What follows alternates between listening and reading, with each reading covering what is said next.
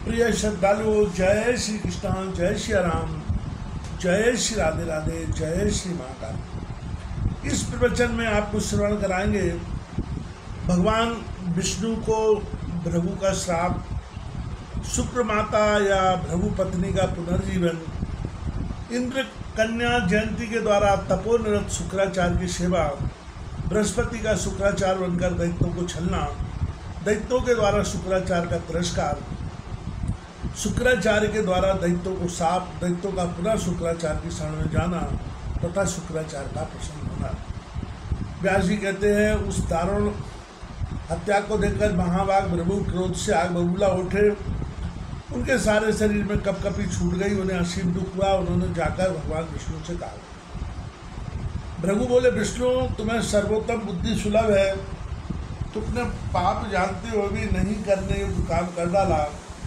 यह ब्राह्मणी का वध हो गया, जिसकी मन से ही कल्पना करना उचित है। यह प्रसिद्ध है कि तुम सत्गुणी हो, ब्रह्मा में रजोगुण है और शंकर तमोगुणी है, फिर आज तुम क्यों तामसी बन गए? विष्णु निरपराध स्त्री अबद्ध मानी जाती है, तुम कैसे इसकी हत्या में प्रवृत्त हो गए? तुम्हारे लिए अब और क्या करूं? शाप दे रहा हूं। तुमने इंद्र की भलाई करने के लिए मुझे स्त्री से वंचित कर दिया। अतः विष्णु, मेरे शाप के प्रभाव से मृत्युलोक में तुम्हारे बहुत से अवतार होंगे और तुम्हें लीला के गर्भ में रहना पड़ेगा। व्यास जी कहते हैं, अब उस शाप के अनुसार ही धरातल पर भगवान पधार रहे हैं। धर्म का ह्रास होने पर जगत का कल्याण करने के लिए भगवान का बार बार अवतार हुआ करता है। वे मानव रूप में निकट होते हैं। राजा जन्मेजय ने पूछा, अमित तेजस्वी चक्र के द्वारा महात्मा भृगु की पत्नी के मारे जाने पर फिर उनके कारहस्त जीवन का निर्वाह कैसे हुआ? व्यास जी कहते हैं, मुनिवर भृगु बड़े कार्यकुशल थे।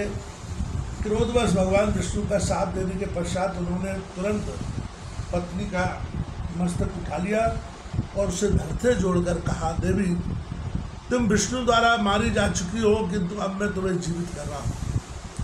यदि मैं संपूर्ण धर्म जानता हूँ तथा मेरे द्वारा उनका सम्यक आचरण हुआ है, तो उस सत्य के प्रभाव से यह देवी पुनः जीवित हो जाए। मैं सत्य कहता हूँ, सभी देवता मेरी तपस्या का महान बल देख लें। पहले उस शव को शीतल जल से सिंचित किया और फिर कहा, यदि मैं सदाचारी, सत्यभाषी, वेदाभ्यासी और तपस्वी हूँ तो तपोबल से तुम्हें जीवित किए देता हूँ। व्यास जी कहते हैं, जल सिंचन करते ही भृगु के मृत शरीर में प्राण लौट आए। अत्यंत प्रसन्न होकर वह उठकर बैठ गई। उनका मुखमंडल पवित्र मुस्कान से भर गया। वहाँ के जन समाज ने देखा मानो वह सोकर उठी हो। मुनिवर भृगु और उनकी पत्नी को लोग धन्यवाद देने लगे। उनकी सर्वत्र प्रशंसा होने लगी। इस प्रकार भृगु मुनि के उद्योग से उनकी सुंदरी स्त्री के मृत शरीर में पुनः प्राण आ गए। यह देखकर इंद्र सहित संपूर्ण देवताओं के मन में आश्चर्य की सीमा न रही। तब इंद्र ने देवताओं से कहा, भृगु मुनि के प्रयास से उनकी साध्वी पत्नी जीवित हो गई। उधर मंत्री ज्ञानी शुक्राचार्य कठिन तप कर रहे हैं।